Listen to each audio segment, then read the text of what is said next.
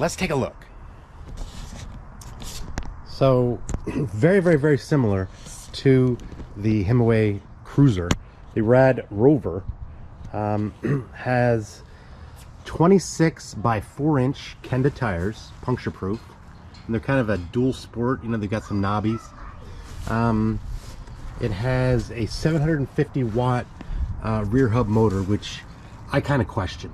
It says it's 750 watt, but I believe it's peak, which means to me it's 500 watt. And when I look at the actual wattage on the display, it doesn't go much but beyond 750. So as compared to the Himaway Cruiser, which truly has a 750 watt and peaks at like 12 or 1300, so it's not quite as powerful by any means as the Cruiser. So that's a big differentiator there. It does have a 48 volt 14 amp hour 672 watt hour battery. It does have rear fenders and front fenders. It does have, let's turn on the lights. It does have front and rear lights, pretty cool lights that are integrated into the battery, so you don't have to charge them. It has a nice kickstand. It has Tektro Aries brakes with 180 millimeter rotors, which is pretty standard.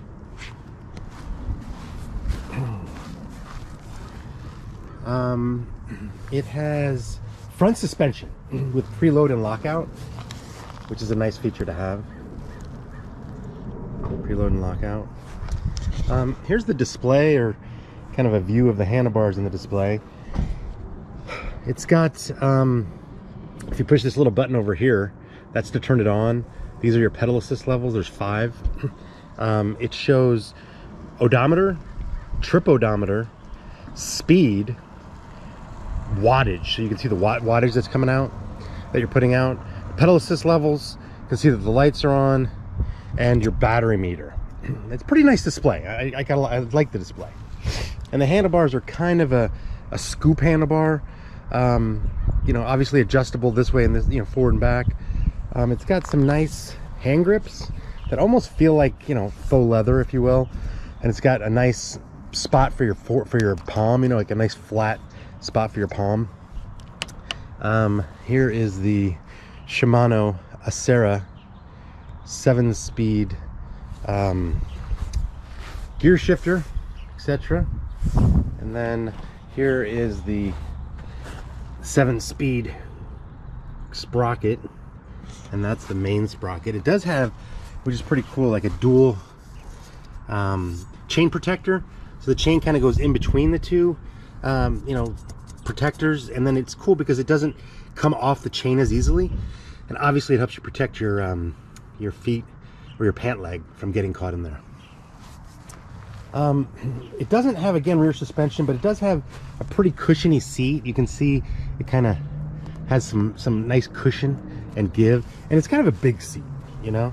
It's bigger than usual. It's a little bit wider, but overall, I mean, a very good looking bike, really cool bike. It's $15.99, and the Himaway Cruiser is $14.99, so it's $100 more, but it doesn't have nearly the power. I mean, it just really doesn't. The Himaway Cruiser I had, and when I was selling it, I posted it on Facebook, and I shared the post, and I got a bunch of women that wanted to buy it, and I was like, wow, you can try it, but oh boy. And they got on it, and they're like, oh my god, this thing is a freaking beast. I think I would die on it. And I gotta agree, it has a lot of torque. They both say they have 80 Newton meters of torque, and I can tell you that, having ridden many bikes, the Himaway Cruiser clearly does. This bike, I would honestly say, probably has more like 30 Newton meters of torque. It just doesn't have a very powerful motor at all, from a dead stop, from going up hills, etc., you know. So again, it says 750 watt, but it's not. I mean, I can't guarantee you what it is, but I could almost guarantee you, based on riding other bikes, like the Aventon Cinch, for example, it's a 500 watt, you know. So anyway, that's the bike.